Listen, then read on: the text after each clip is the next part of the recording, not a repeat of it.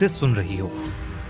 धीरे धीरे उसका पहनावा भी बदल रहा था और वो अब लगभग हर दिन लाल साड़ी पहनने लगी थी, जिसका पल्लू हवा में धीरे धीरे हिलता रहता था। उसके हाथ में सफेद चूड़ियां रहती थीं, जो शंख से बनी थीं, और उसके चलने पर उन चूड़ियों से हल्की सी खनक उठती थी।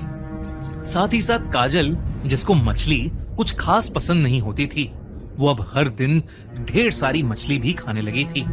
और अगर किसी दिन संजीत मछली लाना भूल जाता तो वो उससे मछली लाने की जिद करती और उसे जबरदस्ती वापस भेज देती थी। संजीत को समझ नहीं आ रहा था कि काजल को अचानक से हो क्या गया है। एक रात जब संजीत सो रहा था तो उसे ऐसा लगा कि जैसे कोई उसके कंधे को चबा रहा है। उसकी अचानक से नींद टूट गई, पर जब उसने देखा तो वहां कोई नहीं था, बस काजल थी जो उसके बगल में आराम से गहरी नींद में सो रही थी।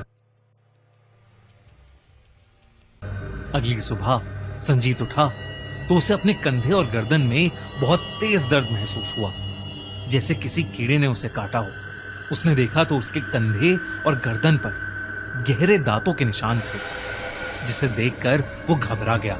उसे शक हुआ कि कहीं काजल ने तो उसे नहीं काटा। संजीत को अब अपनी वाइफ काजल की हरकतों से डर लगने लगा था। एक रात संजीत की नींद अचानक से टूट गई जब उसने किचन से एक डरावनी और अजीब सी आवाज सुनी, जैसे कोई जानवर कुछ चबा रहा हो। काजल बेड पर नहीं थी। संजीत उठा और काजल का नाम पुकारते हुए किचन की तरफ गया। पूरा घर अंधेरे में डूबा हुआ था और सिर्फ फ्रिज की हल्की सी रोशनी में थोड़ा सा किचन दिख रहा था। जैसे ही वो दरवाजे के पास पहुंचा, उसकी आंखें फटी रह गईं। उसके ठीक सामने काजल खड़ी थी, जो अपने दांतों से एक कच्ची मछली को बेदर्दी से खा रही थी। मछली का खून उसकी उंगलियों से टपककर फ्लोर पर गिर रहा था और उसके होंठ और दांत खून से सने थे। अचानक काजल ने अपनी गर्दन संजीत की तरफ घुमाई। उसकी आंखें एकदम लाल थीं। संजीत का दिल जोरों से धड़कने लगा और उसके देखते ही देखते अचानक से काजल शेर की तरह कूदते हुए उसके सीने पर चढ़ गई। संजीत नीचे गिर गया। उसने देखा कि काजल उसके ऊपर झुकी हुई है और अपने लंबे दांतों से उसका खून पी रही है।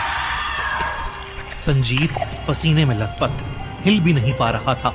जैसे तैसे उसने उठने की कोशिश की तो उसकी नजर काजल के उल्टे पैरों पर पड़ी और वो देखते ही संजीत इतना घबरा गया कि वो बेहोश पड़ गया।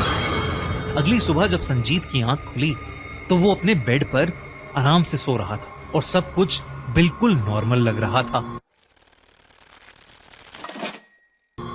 रोज की तरह काजल किचन में ब्रेकफास्ट बना रही थी और उसके हाथों की वो सफेद शंख की चूड़ियां पूरा टाइम खनक रही थी।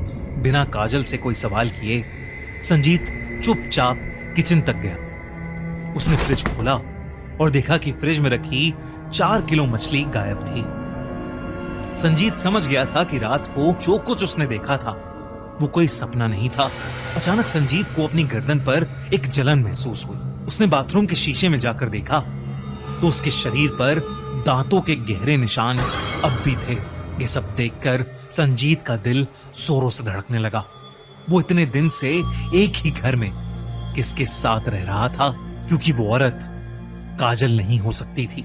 बिना वक्त गवाए संजीत उस दिन सीधा शोभा बाजार के एक पुराने तांत्रिक के पास गया।